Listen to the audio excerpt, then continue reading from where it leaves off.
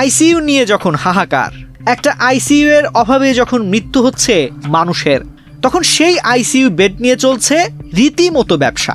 দীর্ঘদিন ধরে দালাল চক্রের মাধ্যমে চলছে এই বাণিজ্য। 15 থেকে 20,000 টাকায় বিক্রি হচ্ছে প্রতি বেড। 2 সদস্যের দালাল চক্রের মাধ্যমে বিশেষ সিন্ডিকেট গড়েছেন আইসিইউ ইনচার্জ।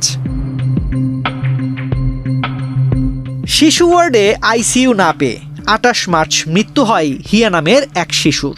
অভিযোগ উঠেছে, শেষ মুহূর্তে জীবন বাঁচানোর আশায় হিয়ার বাবা ফিরোজ 10,000 টাকা দেন আরিফ নামের এক দালালকে, কিন্তু সেই টাকায় মেলেনি আইসিইউ বেড, ফিরে আসেনি শিশুটির জীবনও। এই ঘটনার পরই সামনে আসে ভয়ঙ্কর এক চিত্র।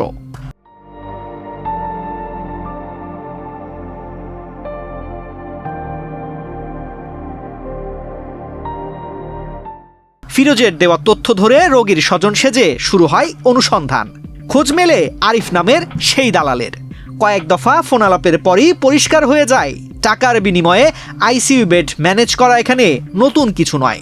দর কষাকষির এক পর্যায়ে বেড দেওয়ার আশ্বাসও মেলে সহজেই।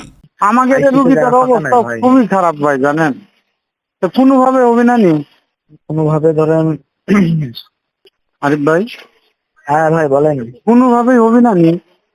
আমি দেখেন তো ফোন দাম জানছি, জেনে দেখে আমি চেষ্টা করছি, আমি ফোন দিচ্ছি। আরিফ ছাড়াও আওয়াল নামের আরেকজন আইসিইউ বেড ম্যানেজ বাণিজ্যের কাজ করেন ইনচার্জের হয়ে। এবার মুখোমুখি দালাল আওয়ালের। 15,000 টাকায় রাজি হন আইসিইউ বেড ম্যানেজ করে দিতে। এখন কিছু বলে না ভাই, রোগী কোথায় সিরিয়াল নম্বর দিয়েছেন, এখানে দিয়েছেন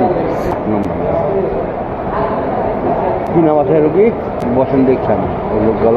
তবে আইসিইউ বেড টাকায় বিক্রি হচ্ছে এমন অভিযোগ পুরোপুরি অস্বীকার করেন ইনচার্জ আবু হেনা মোস্তফা কামাল। দালাল চক্রের কথোপকথনের ভিডিও থাকার কথা জানালে তিনি তদন্ত করে ব্যবস্থা নেওয়ার কথা বলেন। কোন সুযোগ আছে, কোন দেখছেন আজ পর্যন্ত এগুলা? পুলিশের লোকে ধরেন, পুলিশের দেন দেখি কি অভিযোগ জমা করছে, তদন্ত করুক, সমস্যা কি?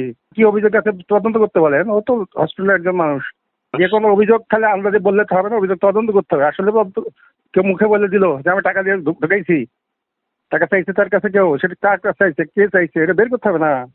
হাসপাতাল কর্তৃপক্ষ অবশ্য এমন অভিযোগ পাওয়ার কথা স্বীকার করেছে, তবে লিখিত অভিযোগ না থাকায় ব্যবস্থা নেওয়া যাচ্ছে না বলে দাবি মুখপাত্রের। গত কয়েকদিনের ধারাবাহিকতায় এই ধরনের কিছু মৌখিক অভিযোগ বিক্ষিপ্তভাবে আমার কানেও এসেছে। তো আমার যেটি কর্তৃপক্ষ হিসেবে বক্তব্য সেটি হলো, যদি এ ধরনের কোনো অভিযোগের ঘটনা ঘটে, আমরা চাই অভিযুক্ত ব্যক্তি একটু লিখিত আকারে আমাদের কাছে অভিযোগ গ্রহণ করুক। এবং আপনাদের মাধ্যমে বলতে চাই, আপনারা যেহেতু গণমাধ্যম কর্মী, এটি নিয়ে কাজ করছেন, আপনারাও সেই ধরনের প্রমাণ আমাদের কাছে উপস্থাপন করুন। আমরা অবশ্যই এটির বিরুদ্ধে ব্যবস্থা নেব। কারণ হলো, আইসিইউতে থাকে মরণাপন্ন রোগী, সেক্ষেত্রে একজন রোগীর ক্ষেত্রে বা রোগী স্বজনের ক্ষেত্রে যদি আমরা টাকা পয়সা নিয়ে একজনের সিরিয়াল ব্রেক করি, তাকে কিন্তু মৃত্যুর মুখে ঠেলে দেওয়ার মতো ঘটনা হচ্ছে এটি। তো এ ধরনের কোনো ঘটনা যদি থাকে, অবশ্যই হাসপাতাল কর্তৃপক্ষ তাদের বিরুদ্ধে, জড়িত সংশ্লিষ্ট যারা রয়েছে তাদের বিরুদ্ধে আইনানুগ এবং বিভাগীয় ব্যবস্থা গ্রহণ করবে। আইসিইউ নিয়ে বাণিজ্যের অভিযোগ দীর্ঘদিনের। 4 জনের সিন্ডিকেট বেড পাওয়া না পাওয়া নিয়ন্ত্রণ করছে। যদিও স্বাস্থ্য অধিদপ্তরের নীরবতায় এই সিন্ডিকেট ভাঙতে পারছে না হাসপাতাল কর্তৃপক্ষ। তানজির রহমান, বাংলাদেশ প্রতিদিন।